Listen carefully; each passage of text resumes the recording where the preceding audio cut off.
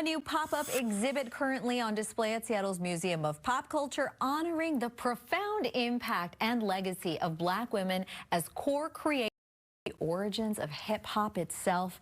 That display, called My Mic Sounds Nice, Hip-Hop, Feminism in History. Oh, so exciting. And we are joined today by the curator herself, Adeerya Johnson, in the studio. Good morning to you. Good morning. We are so happy that you were here today. So first of all, tell us a little bit about yourself and how it is that you're connected to the Museum of Pop. Well, I'm Adeerya. I'm a Southern girl from Atlanta, Georgia, and I came all the way out to MoPop 2 years ago, actually, and I was hired on as their digital archivist to actually archive the online collection. And so I was able to be the guest curator in April. So basically that allowed me to have this pop-up exhibit to talk about something that was close to me, which was the online archive that I've been working on for 2 years at MoPop. But ultimately just my own work, because I'm a PhD student studying women in hip-hop through the perspective of the South.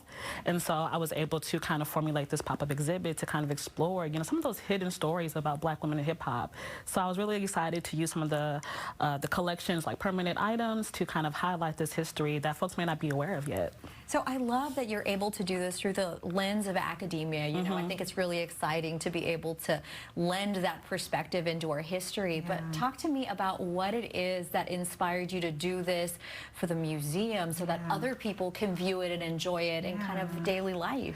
I think the Pacific Northwest is an interesting spot to really talk about hip-hop. I think because, you know, we think of hip-hop being very like East Coast based, often in the West Coast, but not really the Pacific Northwest being this like super hub. So I wanted to make sure that I utilized the collection to kind of highlight these hidden stories and these hidden gems.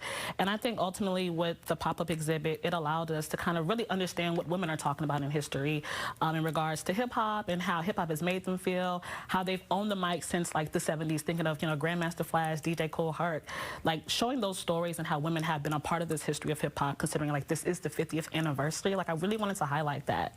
I think something that is just so important in general about our own history is that you almost never get a full picture, right? Like the things that we learn, they're just pieces of what actually happened. So talk to me about the value of sharing these sort of side stories that actually played quite a central role. Yeah, I think ultimately it's the fact that we have these primary sources. So even within the pop-up exhibit, we have original interviews with MC Sha Rock and Nikki D, who was the first woman signed to Def Jam. So actually listening to these women talk about their experiences is really, really exciting. But also to have, you know, early flyers that kind of document hip-hop at the early time. Also having these original records and knowing that, you know, groups like The Sequence, who were, you know, kind of the first Southern hip-hop group to be signed to a major record label like Sugar Hill Records. So I think to kind of have these primary sources are important for us folks to, you know, engage in. Yeah, so obviously this is something that is just so close to your heart. You've dedicated your professional life to it as well. So I know this is going to be a tough question for you, but is there a favorite piece that really calls to you?